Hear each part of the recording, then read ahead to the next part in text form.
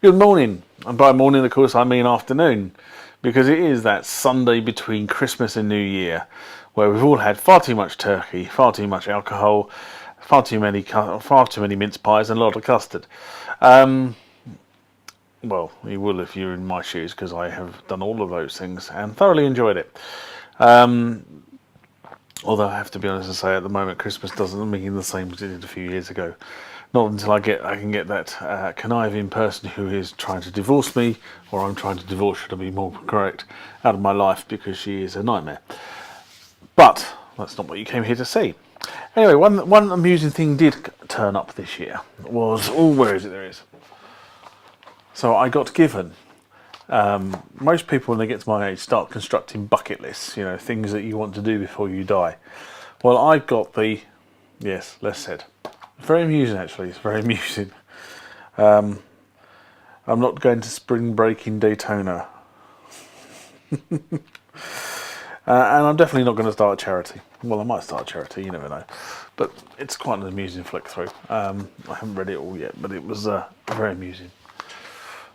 So, am I going to do a review of the year? No, I'm not. I've actually bought a lot of stuff this year, actually, I have to be honest. I was looking back at the list of equipment that's been bought and put in storage, and I was quite surprised at just how much stuff I have accumulated this year. Not necessarily all keyboards, I might add, but I've started to sort of get into sort of more the hardware side of it. So just thinking about things that I have purchased this year. I've purchased the MIDI monitors, so the A100, A110, A220, so for routing MIDI. Really, really useful devices.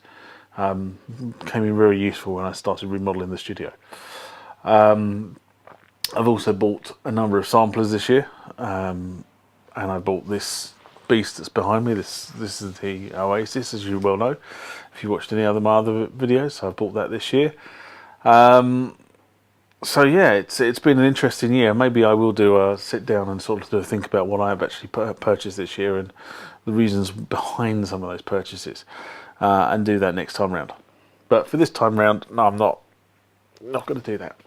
Why is it as soon as you start talking on camera, something starts itching? Like I always get an itchy nose. That's why you see me do that, because I always get an itchy nose. As soon as I start talking on camera, I get an itchy nose. I don't know what it is. I just get an itchy nose. Anyway. What I am going to talk about, what actually did turn up. It turned up actually, funny enough, it turned up just before Christmas. But I didn't get over, because I know, as you probably know, I don't have stuff delivered here. I have stuff delivered to a receiving place, and then I go and pick it up. And I haven't actually managed to get over there because I've been doing lots of other things. In fact, I've bought an investment property, which I've been doing up, which is one of the reasons why my time is not very free at the moment, because I'm ripping out a kitchen. It's all right the fun, isn't it? Anyway, so one of the things I purchased this year was the S750 sampler, and I am going to do some videos on the S750 sampler. One of the biggest problems I had was actually getting the damn thing to work with a modern TV, but I've sussed that now. Anyway, so the S750 sampler. Now the S750 sampler requires, if you want to use it properly, you really need one of these. Now I've showed you this before. It's okay, that I already had. Okay, that works with the S750 sample, the S550 sampler, the 760 and the 770 samplers, right? Same unit, works with all of those. And effectively that thing goes in the back of the sampler. And then the mouse, which is this thing here, which is a very old style, and it's not what you think it is as well. It's a very funny pin arrangement, so you actually have to have this mouse, or you have to make a custom connector, okay, to make a PS2 mouse work, because a PS2 mouse will not work with this. Anyway, so in order to remote control it like you do with the Akai, you need that. So I purchased that. I managed to find that on eBay earlier in this year, bought it, and you've seen me flash that up on screen before. So then I went and bought the S50 keyboard. So the S50 keyboard was really sort of the stage version. and it wasn't as high end as the S-750. So it was sort of more of a bridging point, effectively, between the sort of high end samplers, the 750, and the 770. The 760 was a bit of a funny one, but between the 750 and the 770, and the sort of the low entry points, which was the S10 and NKS-100 units. So they were sort of the lower end of this sampling area. And it all, as the sampling got better as it went on, and funny enough, this thing behind me's got a sampler, the Kronos has got a sampler, so I've got a plethora of samplers available to me. And I use them in different ways. I have been using them in different ways because they all produce slightly grittier or slightly more melodic, or slightly, the sound is slightly different, let's put it that way. Rather than sitting there playing around with the sound loops, sound envelopes, so you can actually just get the sort of thing in the right sounds, in the right sort of area quite quickly with them. Anyway, I bought the S-50, and as soon as I bought the S-50, I thought, wow, great, I can use this on the S-50. It's like sort of it's like the D-series, isn't it? Everyone remember the D-series? D10, D5, D10, D20, D50, D70, right? So there were, what's that, 5 keyboards in the Roland D-series, okay? The 5, the 10 and the 20 would all talk to each other. You could interchange cartridges between them. You couldn't with the 50. It was completely different set parameters and synthesis, and therefore the programmers were different. So the one for the D10 and the D20 was a little program, probably about the size of that unit. Okay, that's how you programmed it. The one for the D50 was a massive unit. You've seen the PG-100, sorry, 1000, massive unit, about that big. Right, to program the D50. There was never a programmer, as far as I'm aware, with the D70. But again, the D70, while it would play cards from the D20, it wouldn't play anything for the D50. So the actual concept of the D-series actually was a lie. They all had the word D, they all had the letter D associated with them, but actually as a linear progression of synthesizers from the first 3, 5, 10, 20 were a linear progression. The 50 wasn't, and the 70 was neither. But we all bought into the fact that it was the D70, it was the D. There we go. Anyway, I diverse and I digress. But to get back to where we were, so the RC-100 remote control unit won't work with the S-50. And I got into a long conversation a few months back with a guy in the US who was putting me to rights on this thing. Right, fair enough. I mean, I was wrong, he was right. I always put my hand up if I get something wrong, and a lot. I've always said this channel is my views, nobody else's. But if I do get some factual stuff wrong, then it's always nice to sort of put them to bed and get them right. Anyway, I was told that the RC-100 would not work. What I needed was the DT-100 to work with the S-series, or the S10 and the S50, S550, sorry. Haha! Look at that. It's actually in its own original box as well. So this came up tail end of mid-November, I think. I found this from a dealer in Jersey, in the US, who was selling it. I don't think he really quite understood what he had, but he didn't have any of the S-series, the S-50 or the S550 keyboards. So for him, it was he was just trying to get a shot of it. It was stock that was sitting in his shop. It's used. I mean, it's not brand new. So I did a deal and I bought it. Oops. Oh, yeah. So here you go. This is the unit. It actually hasn't been out of the box. It's upside down, so if I turn it around that way, right, take it. There you go. I do not think this has had very much use, if I'm brutally honest. I think it's probably been out of the box a couple of times and it's been put back in the box because it looks to me like it's in its original cellophane. So there you have the connector. Take this out here so you can see it. Okay. So I haven't seen one of these for years. Do you remember Tron? That sort of those computing films that came out when Tron came out. You know, seeing digital tablets and stuff was the sort of stuff that they was. But there you go. There's the stylus there. I have no idea how this thing works. I have to be honest. It's got some sort of clipboard on it. Haven't even plugged it in. So this is the first time really it's been out of the box. And it comes with a stylus pen. I'll grab that out of here. Let me just balance that while I take it out. So there you go. There's the stylus pen. There you go. With the little cursor piece on it, and the stylus pen plugs into there, like so.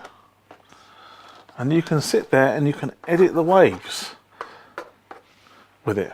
That is actually, I must admit, for something that's actually quite old, I'm actually, you know, the only time you see these things nowadays is if you go into a design studio and you see people working with sort of either high-end Unix workstations with sort of, you know, high-end CAD software on it, or you walk into a desktop publishers and you see people working on Macs with these tablets.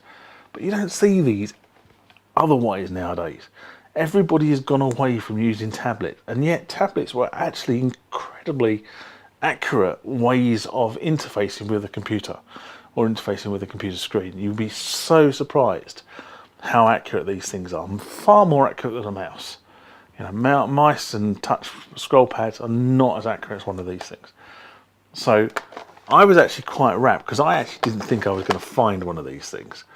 And when I found it, I was like, whoa, you know, that is quite cool.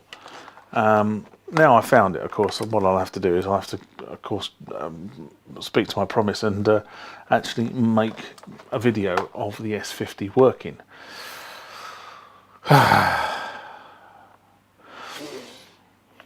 Maybe the next one.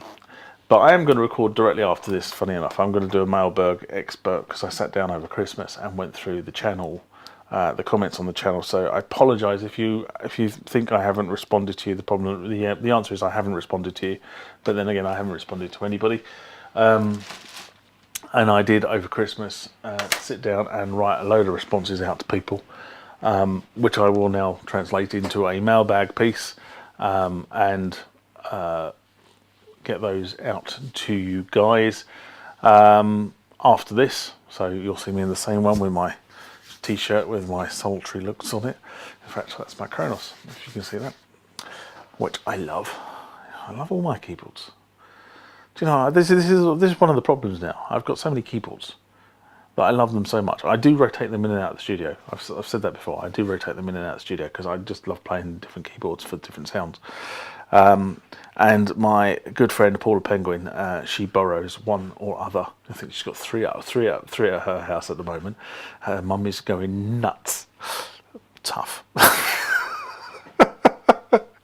if I'm honest, because you know I'm fully up for somebody who is young and enthusiastic and learning how to play the keyboard. You never know, she might be the next Ariana Grande, or I don't know, more of a singer-songwriter, Katie Tunstall, although she was guitar, but you know what I mean. If she's got talent and she's got enthusiasm to actually sit down and play and write, then I'm all for supporting her. So if she wants to borrow stuff, good on her. Anyway, I think that's enough for today, says I. It is one day to go to New Year's Eve, so I wish everybody a happy New Year. Please don't get drunk and do silly things and fall over, because I fell over again this week. I don't know why, but I fell over again this week and have injured my foot yet again. And again, I was cold sober, so the rule of thumb for me is probably have a drink. But please take care of yourself, be safe over New Year, and I shall see you on the other side. Happy 2019 to you all. Bye-bye. So this is the point in the video where I turn around to you, my viewer, and say, if you enjoyed the content of this video, please give it a thumbs up. The way the Google and YouTube analytic engines work is that the more likes you get against a video, the more it gets promoted by YouTube and Google, and therefore more people with the similar interests to what you have and I have get to see this content. This channel is driven by my love of music technology. That's what it's called, the Music Tech Guy Thought. If you've got queries, want to ask questions about themes or issues I raise on this channel, please do put your comments into the comment section below the video, and I will try to address whatever issue it is you've raised or whatever question you've raised. If it's something to do with me making future videos in terms of how to do something on a particular piece of equipment I possess, please feel free to say that as well. I can't promise to make videos on all the requests I get, but I do have a jolly good go at making most of them. Around about here is the subscribe button. Again, to do with the YouTube and Google analytic process, the more subscribers the channel gets, the more the channel gets promoted, and the more people get to see the content that you have obviously just watched. If you want to see my latest video, it will be in one of these two boxes on this side of the screen. Also, there is a second box there, and that video will be chosen for you by YouTube based on your YouTube preferences. I look forward to the next time that we interact. And I do mean interact, because I always enjoy reading your comments back to me. But for now, bye bye.